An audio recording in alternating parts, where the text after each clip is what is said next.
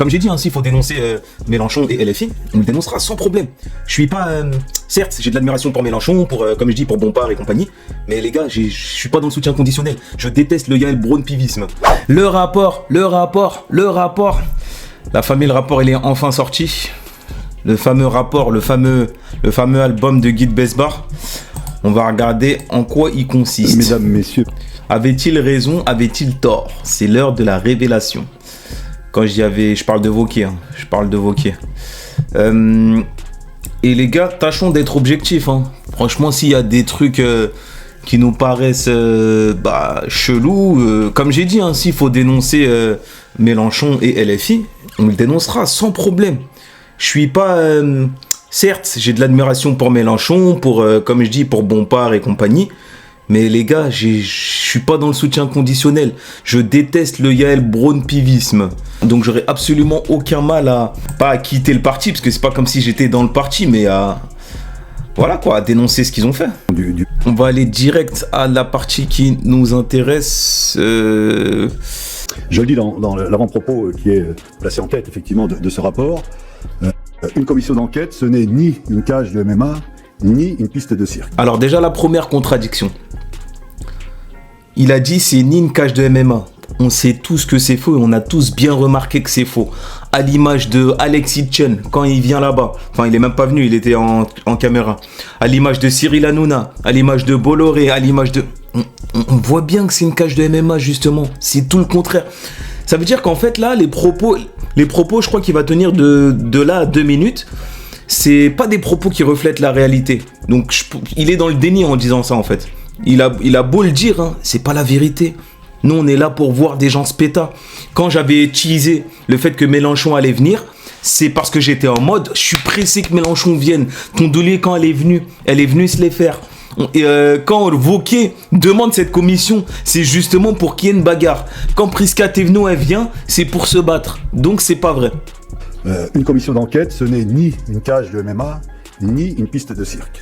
Pareil, c'est aussi une piste de cirque parce que tu peux voir certains se faire ridiculiser, comme tu peux voir d'autres triompher. Donc c'est voilà, encore dans le déni. Ça, c'est pas une cage de MMA parce que certains voudraient effectivement que les commissions d'enquête, il y ait des combattants qui soient là, qui puissent utiliser de tous les moyens, avoir des combats violents et derrière et tout autour, les spectateurs se délecteraient de ce combat de MMA. C'est pas l'objet d'une commission d'enquête. Ce n'est pas non plus un chapiteau de cirque. Après, peut-être il a la bonne volonté de vouloir que ça ne soit pas ça, mais c'est complètement raté. Aujourd'hui, une commission d'enquête, c'est grave à la mode. Moi, je connaissais pas personnellement. C'est par rapport à C8 et tout que j'ai connu. Et peut-être que c'est Hanouna qui a rendu, vu toute l'influence que Hanouna est là, peut-être que c'est lui qui l'a fait connaître et c'est lui qui l'a rendu gang, qui l'a rendu hype. Le deuxième point, c'est éviter la confusion, éviter à tout prix la confusion entre islam et islamisme.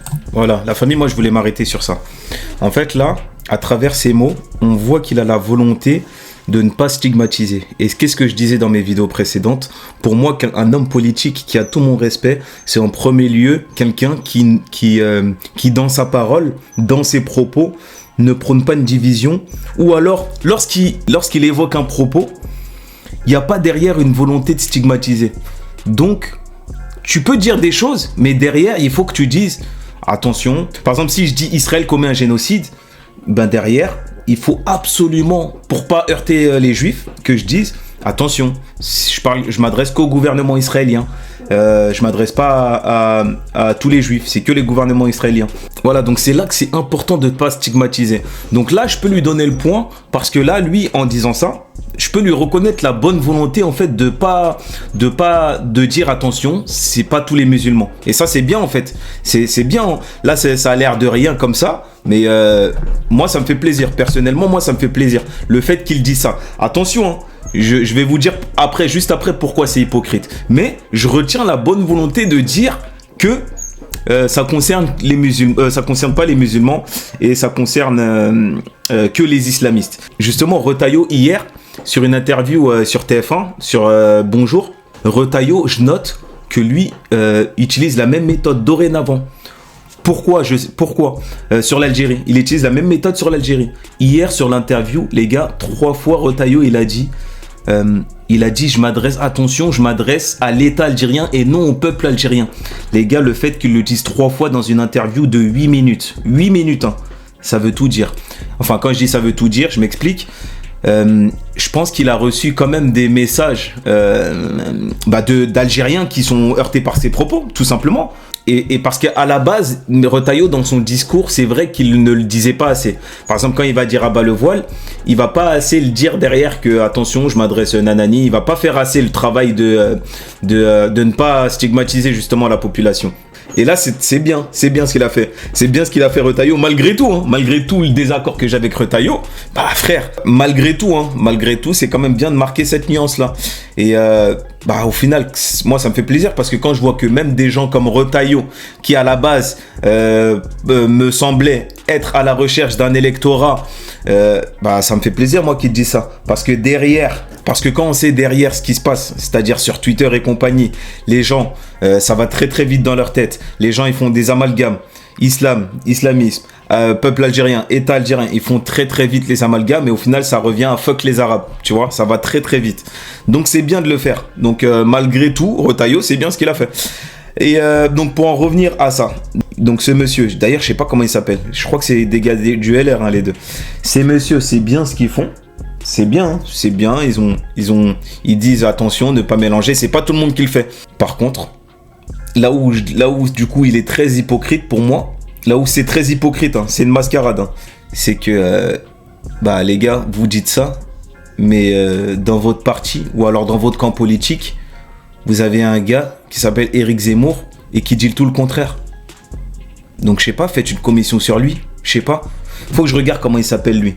Vas-y, j'imagine qu'il est des LR. La position des LR, c'est quoi? On est prêt à s'allier avec Zemmour. De je sais pas qui à Sarah Knafo. Donc, ils sont prêts à s'allier avec Zemmour. Zemmour tient des propos islamophobes, Zemmour est raciste, et Zemmour considère que l'islam égale islamisme. Donc déjà, faudrait peut-être régler ce problème-là. Il y a un gros problème là déjà. Donc, c'est pas clair. C'est vraiment pas clair. Faites une commission sur Zemmour, ramenez-le, clarifiez vos positions. De la même manière que Florence Portelli l'a clarifié, de la même manière que Xavier Bertrand l'a clarifié, et de la même manière que De Villepin l'a clarifié. Mais sinon, tout le reste, c'est comment? C'est bizarre. Donc c'est pour ça que je dis que c'est hypocrite.